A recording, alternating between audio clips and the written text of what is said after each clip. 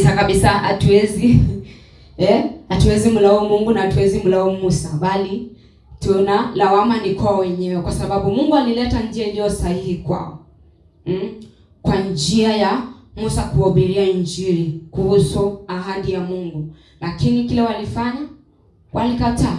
Wakamwambia Musa, sisi hiyo hapana. Walikataa kuamini.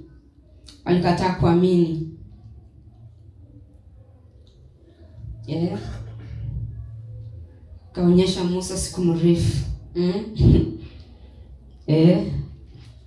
Wana wa Israeli. Sisi kama maisha pale wanamwambia Musa, sisi tunataka hapo penye tulikuwa tunakaa kwa sufuria za nyama huko Misri. Afadhali huko tulikokaa karibu na sufuria za nyama huko Misri. Wanasema chei, nyama. Nyama tu ndio inaringi kwa kichwa.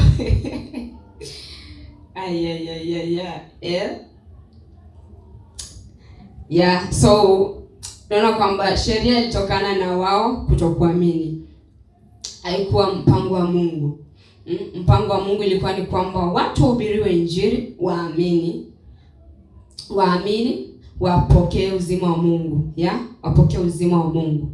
Kwa hiyo haikuwa mpango wa Mungu. Na tunaona kwamba Wayahudi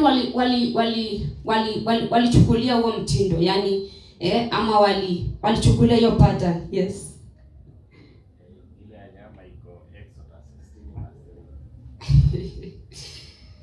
Ile nyama iko Exodus 16. Exodus 16 verse 3.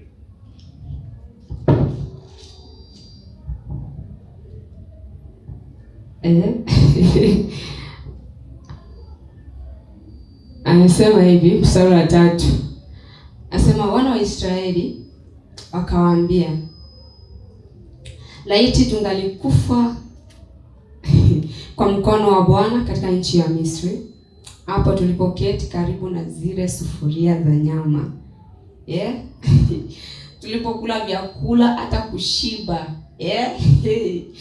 Kwani mmetutoa huko na kututia katika bara hii ili kutuua kwa njaa kusanyiko hili lote. So wao walijali tumbo. Sufuria za nyama shwari. Yaani wao walikuwa tayari afadhali warudi kwa utumwa wa Misri, lakini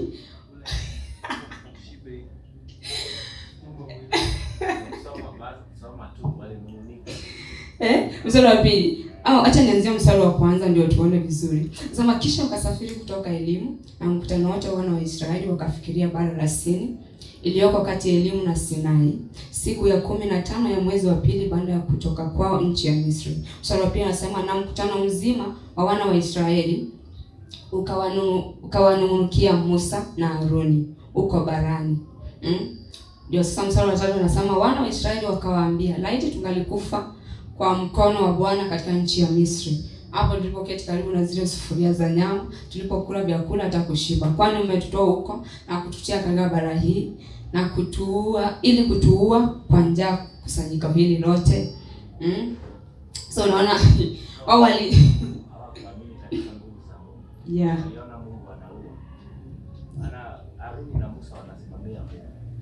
Na kwa njia nyingine walikataa kumwamini Mungu. Baada ya kuona uzima kwa Mungu waliona mauti. Walikuwa na mtazamo mbaya kweli. Yaani walijali afadhali sisi tukae kwa utumwa. Lakini tukule nyama tushibe. Yaani kabisa, yaani kwa njia zote tu tuseme walikataa kumwamini Mungu. Walikataa kumwamini. Yaani walifanya tu mioyo yao kuwa ni gumu.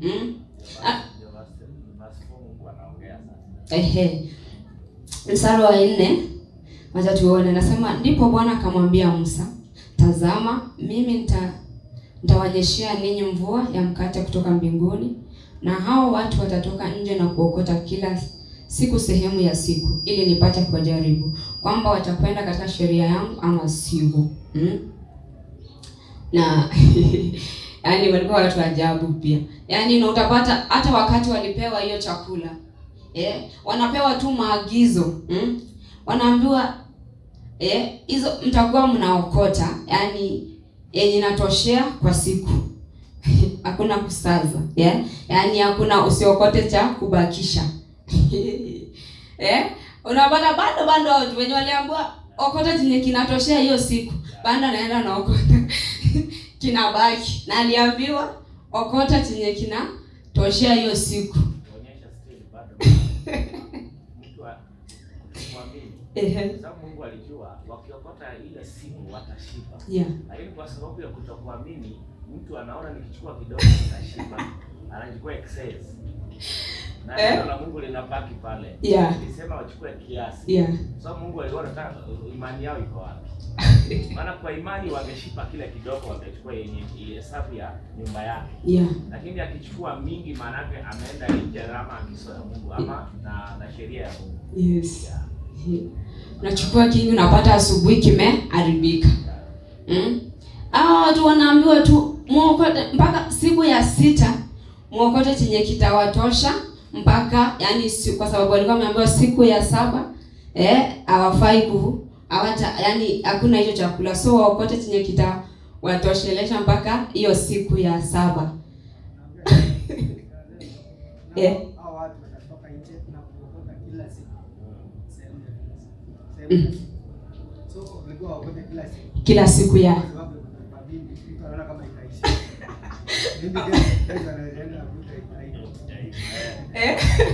nani hawaamini kwamba Mungu akisema ati Mungu atapatilika, tukaenda tukakosa.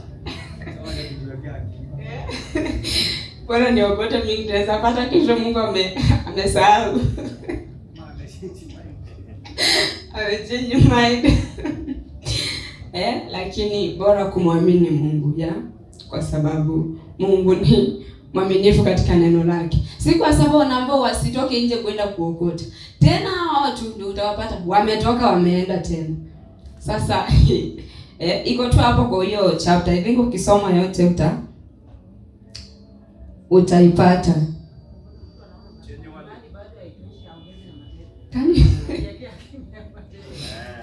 Chenye walikuwa wote siku ya 6 ilikuwa inaenda kuwa mara 2 ya chenye wanaokotanga daily, ili siku ya 7 wasipatikane pale.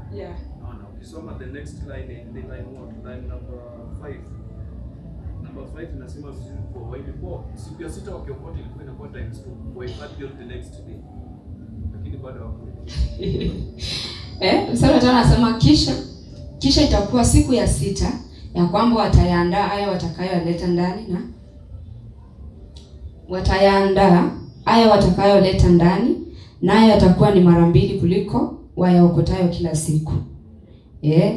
Musa na Haruni wakamwambia wana wote wa Israeli, jioni ndipo mtakapojua ya kuwa Bwana amewaleta kutoka nchi ya Misri, na asubuhi ndipo mtakapouona utukufu wa Bwana, kwa kuwa yeye asikia manung'uniko yenu mnung'unikia Bwana, na sisi tu nani hata mkatunung'unikia?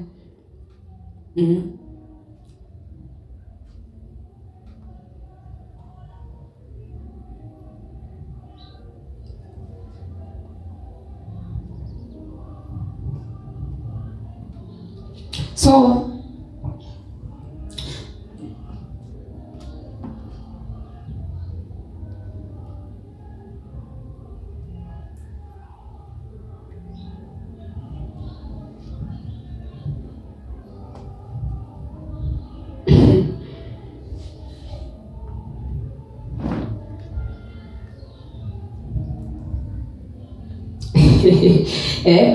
mstari 20 anasema, lakini hawakumsikiza Musa. Wengine miongoni mwao wakakisaza hata asubuhi, nacho kikaingia mabuu na kutoa uvundo. Musa akawakasirikia sana.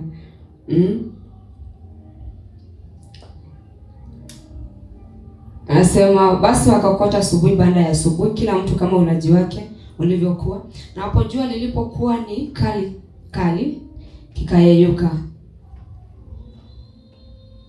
Basi ikawa siku ya 6 wakaokota kile chakula sehemu maradufu, kila mtu pishi 2, na wazee wote wa mkutano wakaenda na kumwambia Musa.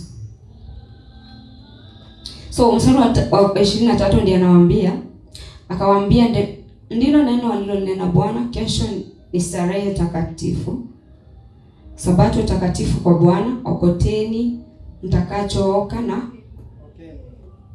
okeni mtakachooka na kutokosa mtakachotokosa, na hicho kitakacho wasalia jiwekeni kilindwe hata asubuhi. Mstari wa 27 nasema, ikawa siku ya 7 waliambiwa chenye waliambiwa. Nasema wengine wakatoka kwenda kukiokota asikione. So walikuwa watu hatari. Watu hatari. Yaani walikuwa wamesema wao na imani they don't go together.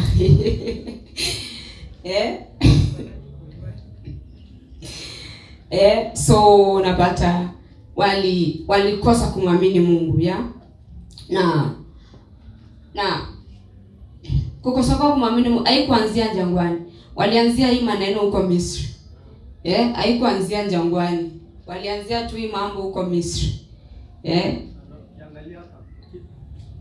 Wakati unaona kama waliokota hakika haribika. Lakini kwa sababu si maagizo. Maana hapa tunaonyesha kile waliokota ile siku hakika haribika. Sema hiyo si mstari wa 20 ngapi? Hiyo 24. Nasema basi wakakiweka hata asubuhi kama Musa. Ile Bwana alikuwa ameambia 25 Musa anawaambia 23. Nasema kawaambia, ndilo neno alilonena Bwana, kesho ni starehe takatifu, Sabato takatifu kwa Bwana. Okeni mtakachooka na kutokosa mtakachotokosa, na hicho kitakachowasalia jiwekeni kilindwe hata asubuhi. So hili angalia kwa haribika si kama ile nyingine ilitoka ufundo. Maana hii ni maagizo. Hii ni maagizo. Sema basi wakakiweka hata asubuhi kama Musa alivyowaagiza, nacho akikutoa uvundo wala kuingia mabuu. Lakini pale nyuma tuliona wale walikuwa na ile tamaa ya kuokota, ilikuwa kinaharibika kesho. Lakini hiyo waliambiwa maana kesho yake hawaendi kuokota. So kitasalia hizo maana walikuwa wametoa kuokota mara nyingi. Walikuwa wakaokota mara mbili siku ya 7, siku ya 6, ili siku ya 7 zitoke. Lakini haikuwa haribika. Walianza kutafuta siku ya 7. Hawakupata. Kwa sababu hawakuingia maagizo, hawakuamini bila. Mungu anawafundisha imani. Kwamba akisema uokote akilinda, siku ambapo unaona akilindi, ukienda kinaharibika. Leo hii matendo haiwezi saidia. Mungu anakuambia tu aminia tu imani yako. Na linda uokovu wako. So si kwamba ongeze, wazana na mambo. Mimi ndo nalinda. Hiki ni cha kwangu. Imani inalinda. Yeye ameleta wokovu na tena ndiye analinda.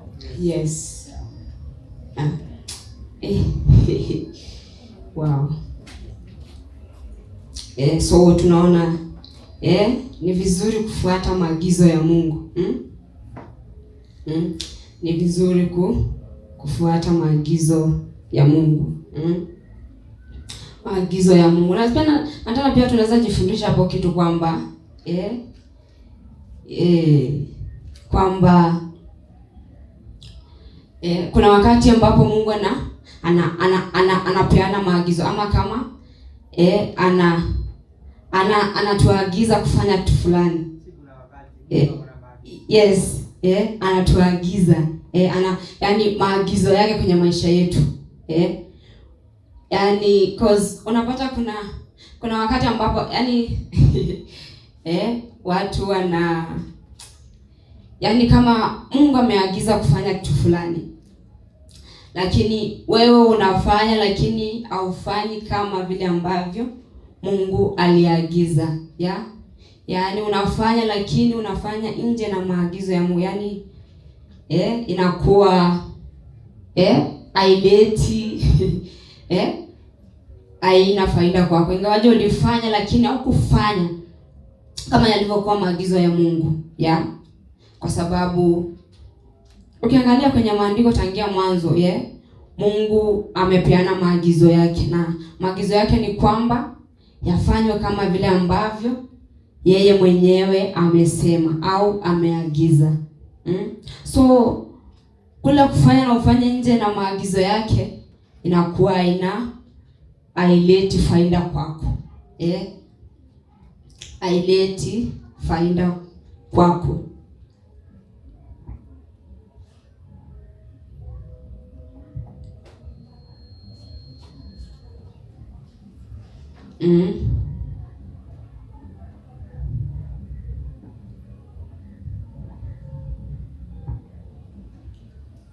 So bora kuyatii maagizo ya Mungu.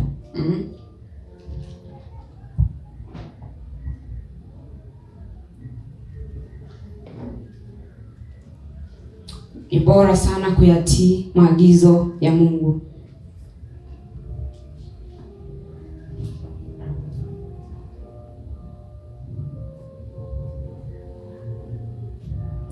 So tumeona kwamba wana wa Israeli walikataa sauti ya Mungu, walikataa kuitii sauti ya Mungu. Haikuwa mapenzi ya Mungu kwamba waitumikie sheria ambayo ilileta kwao mauti au kuangamia, ilisababisha wao kuangamia. Mpango wa Mungu ilikuwa ni kwamba waamini, wamwamini Mungu, wamwamini Mungu, sio kwamba waitumikie sheria. Lakini kwa sababu ya kufanya mioyo yao kuwa migumu, ilipelekea wao kuwa na sheria. So nasema kwamba kupata haki ya Mungu inahitaji njia ya Mungu ambayo ni imani. Sio unajitafutia njia yako mbanda. Tumeona ukijitafutia njia yako mbanda venye kunaenda. Jitafutia njia yako mbanda. Tumeona venye kunaenda, kutakwenda vizuri. Bali tunafuata njia ya Mungu ambayo ni imani. Maana hata ingawaje inatofautiana na mifumo ya kidunia, njia ya Mungu ambayo ni kwa imani, ambayo ni imani, hata ingawaje inatofautiana na mifumo ya kidunia,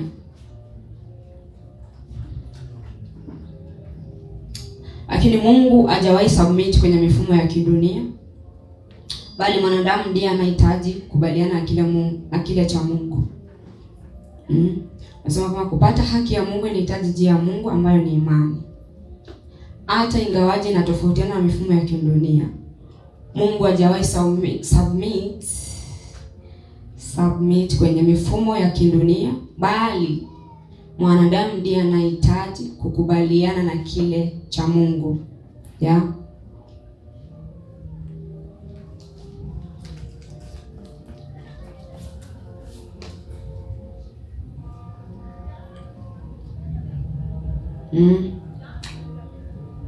So Mungu hajawahi submit kwenye mifumo ya kidunia, bali mwanadamu ndiye anahitaji kukubaliana na kile cha Mungu.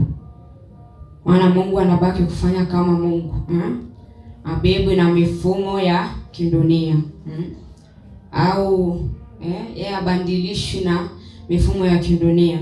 Yeye anabaki kuwa Mungu, analisimamia neno lake, kwamba yeye ageuki, analisimamia neno lake.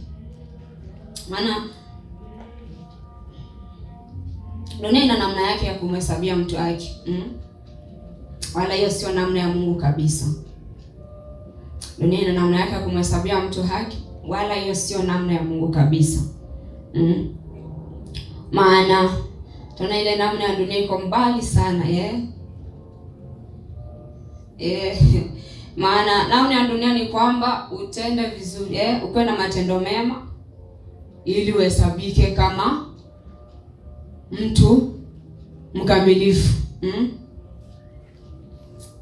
Maana namna ya dunia inatanguliza wewe kutenda mema au kutenda vizuri, kuwa na matendo mema. Nasema kwamba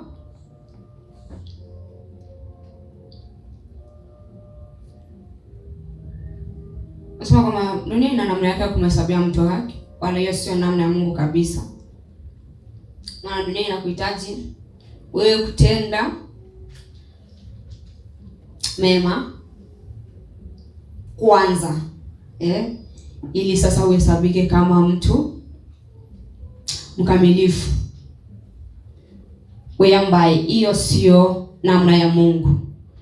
Hiyo sio njia ya Mungu kabisa tangia mwanzo. Maana tuliona huko nyuma kwamba Mungu anakubadilishia asili kwanza. Anakufanya wewe kuwa mwadilifu. Ndipo sasa anakuambia unaweza ukatenda maadili mema. Kwa sababu yeye amekupa uadilifu wake au amekufanya kuwa mwadilifu.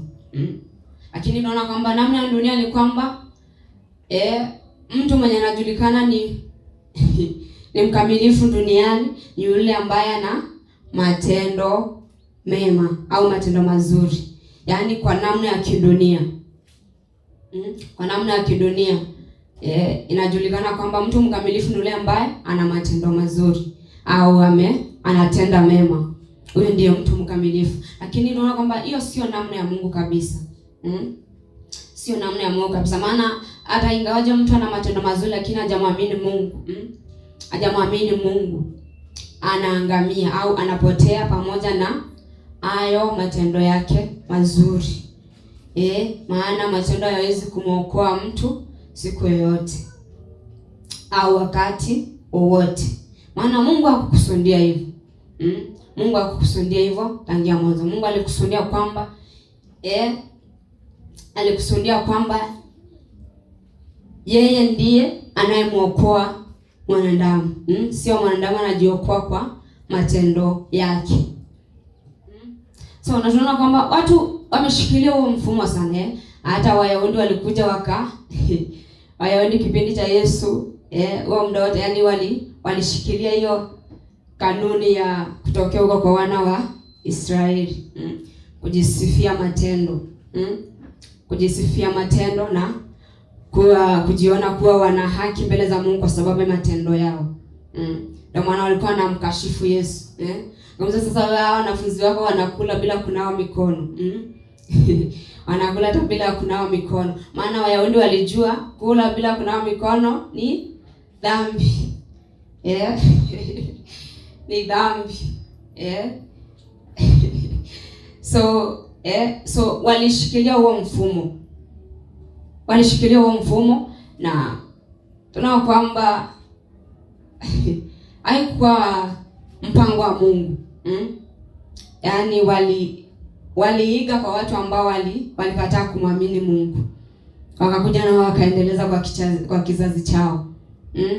Yaani waliiga kwa watu wa kutokuamini. Bora hata wangekuja wangemsoma Musa wajue hao watu na matendo yao ni kwa sababu na hii sheria ni kwa sababu walikataa kumwamini Mungu. Haikuwa mpango wa Mungu kwamba hao watu waishi na sheria. Bora wangekuja wamwamini Mungu, angalau hata wangemuelewa Yesu. Ndio maana siku zote walikuwa tu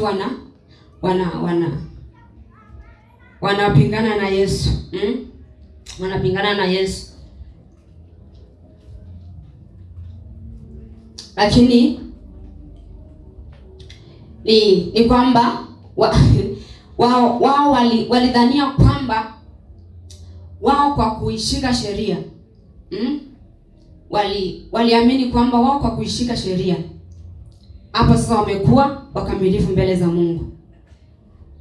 Wamekuwa wakamilifu mbele za Mungu. Maana Musa alipoandikia sheria, si alikuwa kwanza amewahubiria Injili. Sasa anamwambia kwa sababu umeikataa Injili, sasa hiyo sheria sasa mwenye ataitenda unaishi kwa hiyo. Unaishi kwa hiyo. Manake ukivunja sheria mauti inakuotea mlangoni. Lakini wao ndio walifanya mioyo yao kuwa migumu. Haikuwa vile. So wakati wa Yesu sasa Wayahudi au hicho kipindi wanaona kwamba wao ndio wenye wakamilifu sana. Kwa sababu wao bana walikuwa nashangaa. Yaani huyu mtu yeye sheria anavunja kila siku. Yaani kwa njia zote tu yeye anavunja sheria. Sisi tunaishika sheria. Yaani anawezaje kuwa mkamilifu? Alafu anajiita mwana wa Mungu. Anajiita mwana wa Mungu na anavunja sheria. Anajiita mwana wa Mungu na anavunja sheria kila siku. Aje. So maana waliamini kwamba matendo yao ndio inawafanya kuwa wakamilifu mbele za Mungu. Ambaye sio hivyo. Hiyo sio namna ya Mungu. Namna ya Mungu ni kwamba watu waamini katika neno lake. Waamini Mungu. Waamini Mungu na kuhesabika kuwa wenye haki, sio matendo. Maana mtu yeyote aliyetegemea matendo, aliyetegemea matendo, neno kama mwisho wake ni kuangamia. Kuangamia. Maana Mungu apokei matendo kwa ajili ya kumwona mtu kama mkamilifu. Yaani au kama njia ya kumhesabia mtu haki. Maana Wayahudi walikuwa wafani sana. Tunaona hata leo kuna watu bando huo mfumo huko wa Wayahudi. Umefika huko hata huko Afrika. Mfumo wa Wayahudi. Kuitunza sheria vizuri. Akisa shida wa Kenya wanakuwa wanafiki. Wanakuwa wanafiki. Hawafanyi yote. Wanafanya tu baadhi ya zile ziko nini, lakini kweli kwamba hawafanyi sheria yote.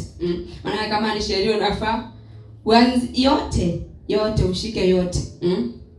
Maana kama ni kufaa uvae nguo. Kwa njia nyingine, kasi ya sheria ilikuwa inawarudisha kwa upendo. Kwa sababu kumbuka wana wa Israeli ni watu wa usao mmoja. Ni watoto wa Yakobo. Yes. Sasa tuchukulia sisi tulioko hapa na watoto wa mtu mmoja. Sasa kama tutapewa sheria inamaanisha tumeshindwa kuenenda katika pendo.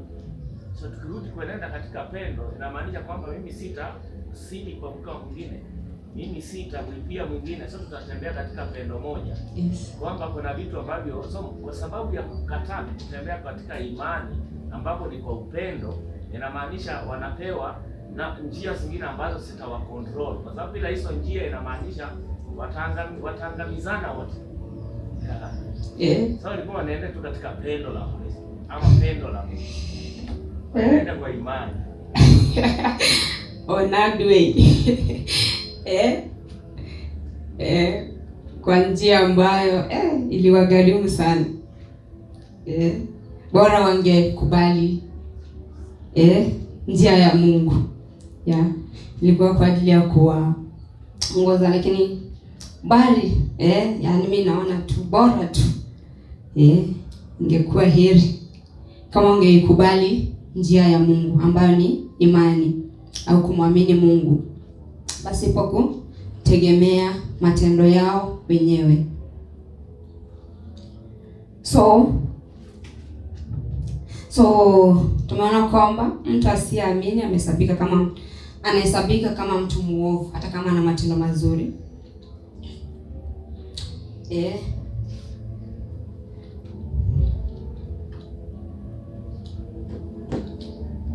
Ana upendo kamili ndani ya Kristo. Asiye na Kristo ana upendo.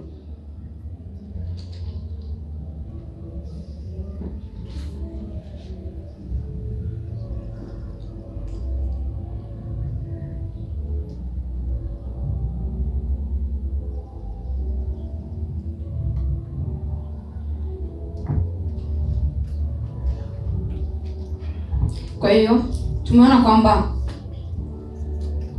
matendo hayawezi kumwokoa mtu kabisa. Wagalatia 2:16. Wagalatia 2:16 anasema, hali tukijua ya kuwa mwanadamu hahesabiwi haki kwa matendo ya sheria bali kwa imani ya Kristo Yesu. Sisi tulimwamini Kristo Yesu ili tuhesabiwe haki kwa imani ya Kristo, wala si kwa matendo ya sheria, maana Kwa matendo ya sheria hakuna mwenye mwili atakayehesabiwa haki. Kwa matendo ya sheria hakuna mwenye mwili atakayehesabiwa haki. So tunaona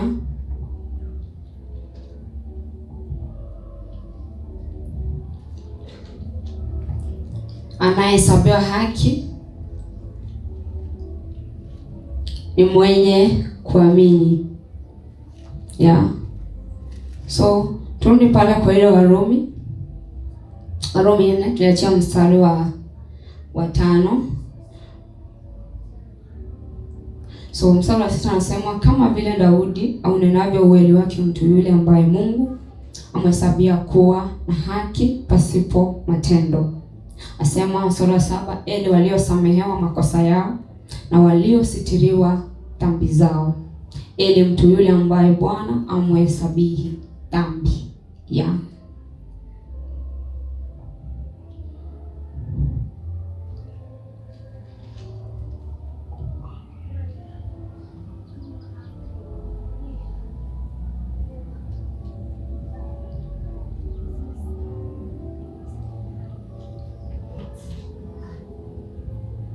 So tunaona kwamba Daudi pia alijua Daudi pia alijua kuwa Mungu anawahesabia watu haki pasipo matendo. Asema heri waliosamehewa makosa yao. Maana alijua Mungu ni Mungu mwenye kusamehe na kusitiriwa dhambi zao, kwamba dhambi za mtu aliyeamini zimesitiriwa. Manake Bwana ndiye amesitiri dhambi za mtu aliyeamini. So kwamba ametenda vizuri, bali Bwana amesitiri, amezifunika zipo tena. Ili mtu yule ambaye Bwana amhesabihi dhambi. Kwa hiyo tunaona kwamba Daudi pia alijua. Daudi pia alijua na kumwamini Mungu kwamba anawahesabia watu haki, anawasamehe watu, na kusitiri makosa ya watu, pasipo matendo, pasipo matendo ya mtu, pasipo matendo ya mtu. Maana Mungu mwenyewe ndiye anayesitiri makosa ya huyo mtu. Mungu mwenyewe. So ndiye anayesitiri makosa ya. So Daudi aliamini katika ahadi ya Mungu pia. Aliamini katika ahadi ya Mungu. Aliamini katika ahadi ya Mungu ambayo kwetu leo sisi